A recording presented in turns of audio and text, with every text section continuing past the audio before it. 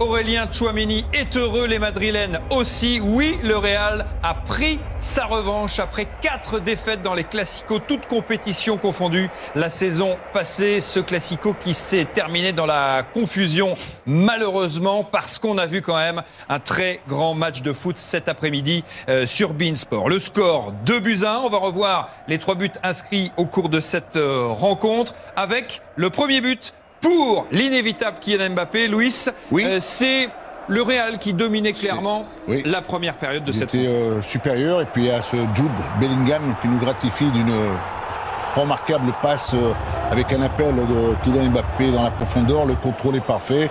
En plus, il y a son adresse qui est là, qui est parfaitement bien ajustée. Et puis voilà, c'est un Kylian Mbappé qui marque. Après, il y a la suite. Oui, l'égalisation de Fermín López. Louisa, très peu de ballons, très peu de situations pour les Catalans, mais ils ont bien profité des miettes qu'ils ont eues en première période. Oui, en panne d'idées offensivement aujourd'hui les Catalans, mais sur cette situation, il y a eu un bon pressing dans le dernier tiers de Pedri pour récupérer ce ballon avec la finition une fois de plus de Firmine. Le 3e but de la rencontre, le 2e pour le Real sur ce centre de Vinicius. C'est Bellingham qui se trouve à l'endroit où il faut être, Sony. Oui, parce qu'on a l'habitude la première année de Bellingham au Real de se trouver toujours là, le ballon qui vient de lui. Toute l'équipe de Barça qui suit le ballon, lui, très bien placé, tranquille. Il est reparti ensuite comme Bellingham, qu'il est la classe en marchant comme ça, super stylé. Normal de marquer. Normal, pas de problème. Voilà. Comment tu l'appelles, Jude? Jude? Oui, Jude Bellingham. Jude is back. Là, franchement, sur cette rencontre, Jude is back, on y reviendra dans un instant. Juste cette occasion, ou plutôt cette situation qui aurait pu donner lieu à un penalty. Sony, pour vous, est-ce que Carvajal fait faute sur cette action? Oui, parce que là, il ne joue pas du tout le ballon. Il va complètement sur Araujo. Mais après, c'est difficile. L'arbitre dit que c'est l'épaule contre épaule. Non, c'est complètement Carvajal qui joue sur Araujo. Pour moi, il aurait pu siffler le penalty sur cette occasion-là. 9 minutes de temps additionnel dans cette rencontre qui a été effectivement hachée par instant. Faute de Carvajal pour vous. L'arbitre n'en a pas décidé ainsi et le score en est resté là. La victoire 2-1 donc du Real qui prend sa revanche face au Barça et qui prend le large en tête du classement de Liga à l'occasion de cette 10e journée. 5 points d'avance pour les Madrilènes. Encore et toujours, qui est passé, Louis, par toutes les émotions aujourd'hui. Il a marqué 3 fois, mais il n'a qu'un but à son crédit, malheureusement pour lui. Mais encore fallait-il le marquer, ce but. S'il en a mis 3 et dont on lui en a refusé 2, c'est qu'il est censé être présent sur le terrain par son activité. Alors c'est sûr et certain, c'est le garçon qui en ce moment fait énormément de bien à cette équipe du Real parce qu'il est là dans cette présence offensive avec moi Vinicius aussi aujourd'hui, tu vois, je dirais tout simplement aussi que Vinicius a été un bon complémentaire de monsieur Kylian Mbappé. Et voilà, Kylian a été décisif, il a été dangereux, il a toujours par rapport à ses qualités que l'on sait, voilà, c'est un bon Kylian Mbappé encore aujourd'hui. Qui poursuit son rythme, son 16e but avec le Real cette saison. Et ce qui est intéressant dans l'évolution de son jeu, c'est bien, il faut signaler, c'est qu'il ne se disperse pas trop, côté gauche, côté droit. Là, il reste plutôt à jouer des ballons. S'il doit jouer 10, 15 ballons par match, mais il va les jouer parfaitement bien en décrochage, aller vers en profondeur. Il ne va pas aller de son côté l'autre et chercher vraiment faire des passes décisives. Il est concentré dans son rôle vraiment d'avant-centre, d'être au service aussi de l'équipe. Quand il décroche, c'est simple, c'est efficace. Tchouaméni met mon ballon, il a derrière, il va aller essayer de faire la différence. Il a beaucoup évolué dans son jeu. Et ça, c'est très important. Dire qu'il ne va pas de partout, il va jouer des bons coups pour son équipe dans le jeu collectif. Malheureusement, il a manqué de transformer un penalty. Il était à 11 sur 11. On lui a porté l'œil, le pauvre, en avant de match, puisqu'il a raté son duel. Oui, il a raté son duel, il a raté son penalty, mais sur l'ensemble du match, il a énormément progressé dans ses déplacements et on voit qu'il est capable aujourd'hui de faire le bon déplacement dans le bon timing, le bon tempo, dans le bon rythme. Il est capable de s'éloigner de son adversaire pour ensuite plonger dans l'espace libre. Mais là où il a aussi énormément progressé, c'est dans la connexion avec les autres, dans son jeu en déviation, dans son jeu de haut but, dans sa qualité technique, dans son jeu justement en déviation pour faire jouer aussi les autres. Après, malheureusement, on ne peut pas tout réussir et aujourd'hui, il a raté sur cet exercice qui, pour l'instant, lui souriait bien. on va plus remettre en question son positionnement. C'est terminé. C'est terminé. On va arrêter. Et lui dire voilà, tu joues là, tu bouges pas, tu fais ce que tu as à faire, tu décroches si tu veux, tu la demandes si tu veux, tu vas dans la profondeur si tu en as envie, tu fais ce que tu as à faire parce que tu le fais remarquablement bien. Tu es d'une adresse diabolique. Il n'y a que toi, à l'heure actuelle, qui peut nous amener, durant toute une saison, à aller chercher le plus de titres possible. Je pense que, pour l'instant, c'est lui. Il y a Jude, il y a ton ami Bellingham aussi. Alors, c'est pas mon ami. Jude Bellingham a fait un bon match. C'est pas moi qui le dis, c'est pas mon ami. Avant d'évoquer Jude Bellingham, on va revenir sur le match de Lamine Yamal.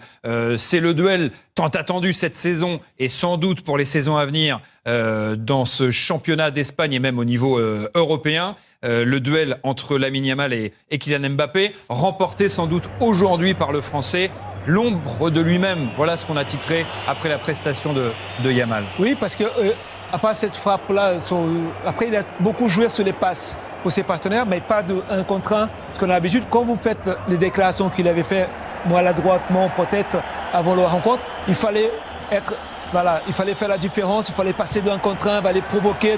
Il manquait de puissance, il manquait de vitesse vraiment dans son jeu. Il a beaucoup joué sur les passes. Et sur un classico, le Barça avait besoin de lui pour faire la différence de 1 contre 1 comme Kylian Mbappé a fait. Oui, le Français a pris vraiment l'avantage sur ce match-là. Est-ce que vous l'avez senti éventuellement amoindri par ces douleurs, ces blessures au pubis qu'il a contracté ces dernières semaines, Louisa? Ben ça, c'est difficile de le juger parce qu'on n'a pas tous les tenants et les aboutissants. On ne connaît pas la préparation de match de Lamine Yamal, dans quel état il a abordé ce match-là. Mais quoi qu'il en soit, il est certain que ça n'a pas été le même. Notamment, on a vu dans le 1 contre 1, dans la percussion, dans le dribble, dans le changement d'appui, changement de rythme. Après, il est vrai qu'en face de lui, il avait un sacré joueur, un sacré client aussi. Il faut souligner aussi le match de Carreras qui a été très performant. On l'avait vu déjà la saison dernière avec le Benfica, face à cette équipe du FC Barcelone et face à Lamine Yamal où il avait quand même bien pris aussi.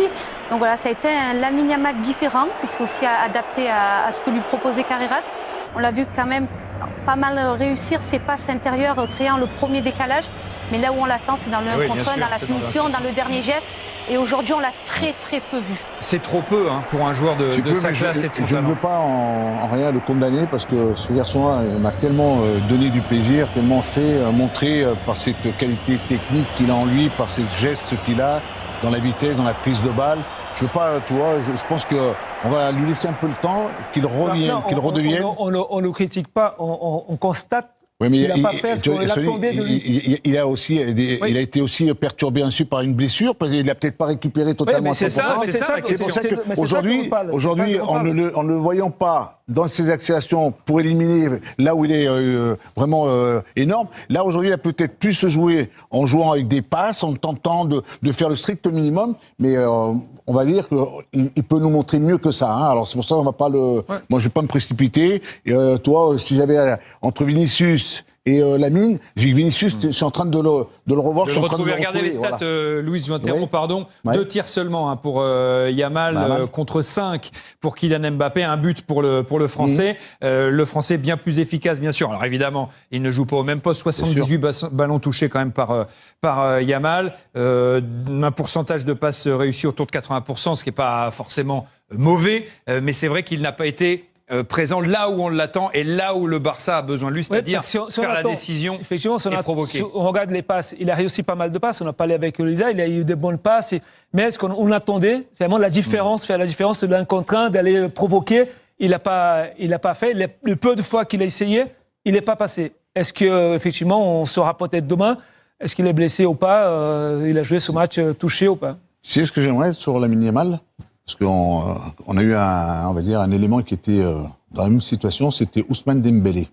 Quand il a passé ses 4-5 premiers mois dans une situation où on cessait de le critiquer par rapport à son manque dans la finicité. Vous parlez de la saison passée, avec le PSG, d'accord. Et Lamine, peut-être qu'en changeant un peu de poste, en essayant d'aller un peu à droite, un peu à gauche, un peu dans l'axe, pour échanger un peu, parce qu'il a les qualités. Alors c'est pour ça que là, il reste un peu sur son côté droit. Et c'est vrai qu'aujourd'hui, il est tombé face à ce Carreras, ce défenseur du Real, qu'il a bien tenu, il a bien maintenu. Et au-delà de Carreras, c'est tout le bloc défensif madrilène qui a été efficace et très réaliste, parce qu'on voyait aussi qu'il y avait toujours un joueur qui venait lui fermer l'intérieur. On sait qu'il aime aussi partir du côté pour venir rentrer intérieur sur son pied gauche. Cet espace-là était très souvent fermé.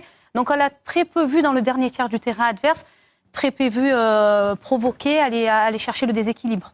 L'ombre de lui-même, Lamine Yamal, sur cette partie, sur ce classico. Jude Bellingham, lui, a été bien présent. Il est revenu au jeu, il est revenu très fort. Il a marqué, il a été présent. Et c'est une courbe ascendante pour l'Anglais, qui a été bon cette semaine, on le disait en avant-match en Ligue des Champions, qui a marqué, qui marque de nouveau ce soir et qui, en plus, est passeur décisif sur le but de Kylian Mbappé. Ouais, pour moi, il est dans l'image de ce qu'il est en train de faire petit à petit, de revenir en forme. Et là, il va marquer. On avait parlé, il sort le coup, le ballon il vient sur lui. Il fait la passe pour Kylian Mbappé. Il y a le penalty qui est loupé par Kylian Mbappé. C'est lui qui va provoquer ce penalty là. Il est de mieux en mieux en jambes. Il s'est arrêté parce qu'il avait un problème à l'épaule. Il a opéré l'épaule. Il s'est mis un problème à l'épaule. Du coup, physiquement, il est bien. Il manquait juste le rythme de match. Et là, il est en train de le faire. Il est en train d'enchaîner les matchs. Il va être de mieux en mieux. Il a commencé comme un peu sur le couloir côté gauche. Et après, je pense que côté droit. Et ensuite, il y a eu, je pense que Xabi a dû s'en apercevoir en remettant peut-être Camavinga sur ce côté droit et puis notre Eduardo Camavinga aussi, on peut dire qu'il a réalisé une grosse performance. Mais Jude est en train de retrouver un niveau, une qualité, une présence, une activité dans laquelle on a eu déjà là dans cette surface de réparation quand il était il y a 2 ans. Ce joueur qui sentait les bons coups, qui sentait par un placement idéal d'être dans la surface de réparation, soit de la tête, soit du pied, et puis aussi la passe décisive, parce que la passe qu'il donne à elle est absolument magnifique, on vient de la revoir, c'est un bijou, c'est une merveille. On avait un Kroos et il y avait un Modric du côté du Real de Madrid. Ouais. Je pense que c'est l'homme qui peut éventuellement remplacer ces 2 éléments qui sont partis du Real de Madrid. Mais justement, aujourd'hui, je trouve qu'il a permis au Real Madrid d'avoir un milieu de terrain plus densifié. Parce que sur les matchs précédents, on voyait un Tchouaméni un peu abandonné dans ce rôle de relanceur, de premier relayeur. Ils étaient un peu trop hauts avec Arda Güler. Et justement, le fait qu'ils aient joué à deux pivots au milieu, aux côtés de Tchouaméni, je trouve qu'ils ont bien densifié cet espace-là avec Camavinga. Donc, ils ont aussi empêché à cette équipe barcelonaise d'évoluer dans ce qu'ils préfèrent, dans ce jeu combiné intérieur. Donc, il a été aussi très actif à la récupération. Et après, on sait qu'il a énormément de qualité pour offrir les dernières passes. Les Français du Real ont été très bons, Kylian Mbappé, mais aussi Aurélien Tchouaméni et Eduardo Camavinga qui a fait un excellent match face au Barça. Vinicius Junior, lui aussi, effectivement, a été très bon. On retiendra toutes ses actions, ses provocations, balles au pied, la qualité technique de son dribble, mais on retiendra aussi sa sortie du terrain. C'est moi qui dois être remplacé. Et là, on a du Vinicius dans le texte que Sonny Anderson ne traduira pas en portugais. Je pense qu'on n'a pas besoin de ça pour comprendre qu'il est en colère. C'est une attitude, alors certes, c'est une star, c'est un ego surdimensionné. Malgré tout, il doit accepter, il doit intérioriser tout ça. Il n'est pas heureux, évidemment, de sortir, d'être remplacé par Xabi Alonso. Oui, mais en fait, ce qu'il faut comprendre, c'est que vous vivez un match, un classico. Et un footballeur, il connaît s'il est bien ou pas bien dans un match. Et lui, il se sentait tellement bien dans ce match-là qu'il a dit « Je peux marquer mon but, je suis bien, je fais un gros match ». C'est bien longtemps qu'il a... Cette image est incroyable. Hein. Il ne comprend pas. Bien évidemment, je pense qu'il y aura des explications avec le coach. Ça, c'est une certitude. Parce que vous êtes quand même au Real. Et ça, c'est pas à faire. Même que c'est un classico, vous ne voulez pas le faire. Mais il ne devait pas le faire. Mais c'est la frustration qu'il a eu ce moment-là, parce que c'est un classico, je suis bien, je joue bien dans mon match-là, et je sors. Et on peut même interpréter ce manque de respect par rapport à son compatriote brésilien, Rodrigo, qui va rentrer et qui ne veut pas sortir. Et cette frustration, ce mal-être, en tout cas, qu'il a peut-être ressenti à cet instant, qui l'a fait sortir de ses gonds en fin de rencontre et aller provoquer le joueur du Barça. Il n'a pas le droit de le faire de cette façon-là. Il peut le faire différemment. Il peut ensuite, en sortant, après le match, aller voir son entraîneur, discuter avec, lui demander les raisons. Parce que c'est vrai que moi, je te dis, en le voyant, l'observant, en le regardant bien, c'est un bon Vinicius que j'étais en train de voir, un Vinicius qui était décisif, qui était dans la percussion, qui était même dans le travail collectif, dans son replacement. Mais c'est vrai que quand tu sors comme ça, tu vois pas l'image que tu envoies. Tu envoies une image vis-à-vis de tes partenaires, vis-à-vis de tes coéquipiers. En sortant, tu n'acceptes pas. Tu dois l'accepter. Accepte-le, c'est tout. Tu sors et les gens vont t'applaudir, les gens vont te... c'est difficile d'avoir vécu ça. C'est difficile dans ce genre de rencontre. Vous vivez un match, vous êtes dans un classico, vous êtes bien, vous voulez marquer, vous sentez bien. Et vous ne comprenez pas pourquoi vous sortez. Quand un joueur, quand il dit « je sors parce que je ne suis pas bien », là, il est sorti assez tôt dans cette deuxième période. Voilà, et il ne peut pas accepter parce qu'il était vraiment bien dans le match. Et ça, c'est difficile dans le sang quand il est chaud. Là, je veux pas. Et surtout, il a le droit d'être en colère, il a le droit de ne pas le comprendre, il a le droit même de ne pas l'accepter, mais il n'a pas le droit de le montrer, autant, et vis-à-vis de l'ensemble du groupe, de son entraîneur et de Rodrigo qui, lui, va entrer. Et surtout qu'à la 82e Louise minute. Annecy, la voix de la sagesse. Oui. Non, mais c'est aussi simple ne que ça. ne le montre pas, soit déçu, soit pas content. Oui, tu vois. Après, tu sais ce qu'il a fait? Il est revenu, parce qu'il est rentré dans les vestiaires. Ils sont allés le rechercher, Ils sans doute. chercher. Ils lui ont dit, Il aurait pu rester juste pour vous dire, moi, non. Et là, après, sortir tranquille. On aurait aimé effectivement une autre attitude. On attendait autre chose de Vini Dommage. sur sa sortie et sur cette fin de match, lui qui a été si bon aujourd'hui. On attendait autre chose aussi de Militao sur cette action absolument magnifique. Ce rush terrible. Et là, le problème d'un défenseur central, c'est quand il arrive dans la surface adverse tout seul, il ne sait plus trop quoi faire du ballon. Il ne sait plus quoi faire. Qu'est-ce que je dois faire? Je vais aller au gardien? Qu'est-ce que je... Parce que pour la première fois de sa vie, il s'est retrouvé dans Je cette pense que situation-là demain, tout seul. Kylian Mbappé va l'expliquer un petit peu. presque qu'il s'arrête, Tu sais ce que j'aurais fait? Non. Quand il arrive comme ça sur le côté, Oui. j'aurais frappé. Oui, mais vous, vous aviez l'habitude, Louise, de vous retrouver dans ces situations. Tu dégages le ton pauvre Militao, je pense que par magie... Tu frappes, tu dégages ton camp, tu frappes et tu loupes ton Il c'est a pas grave, allez, on se replace. trouvé devant le gardien, Il mais avait l'air qu'est-ce que je dois faire? complètement perdu et il se demandait, mais vite, venez me donner de l'aide. Venez me soutenir. Et un peu venez plus m'aider. tard, d'ailleurs, on a vu Araujo qui a commencé à tenter un dribble en fin de match et il n'a pas été, il n'avait pas eu plus de succès en tout cas sur son geste. La victoire de Xabi Alonso qui est donc pour la première année à la tête du Real Madrid et qui disputait là son premier Classico. Eh bien, ça fait très longtemps qu'un entraîneur pour sa première saison à la tête du Real n'avait pas fait ça. Ça date de 2016, avril 2016. Et qui avait gagné son premier Classico avec le Real? Eh ben, c'est Zizou. C'est Zizou en avril 2016. C'était au Camp Nou. Victoire de son Real Madrid 2-1 avec ce but absolument magnifique de Karim Benzema, bien sûr. But d'un autre très bon joueur sur ce centre de Gareth Bale. Cristiano. Pas mal. Cristiano est là. Ronaldo. C'était le Real de Zizou qui avait réussi son coup. Le dernier entraîneur du Real à avoir gagné son premier Classico en avril 2016. Bravo à Zizou. Voilà, on le dit suffisamment. Et bravo à Xabi Alonso quand même qui s'est imposé face au Barça. 2-1, le score final entre le Real Madrid et le FC Barcelone pour ce Classico qui était absolument somptueux. On y reviendra évidemment très longuement dans Liga Extra. Demain, tous les lundis, 20h, le rendez-vous du foot espagnol. Merci d'avoir regardé la vidéo. N'hésitez pas à laisser un commentaire pour partager vos impressions et à vous abonner pour ne rien manquer. À très bientôt pour de nouvelles aventures.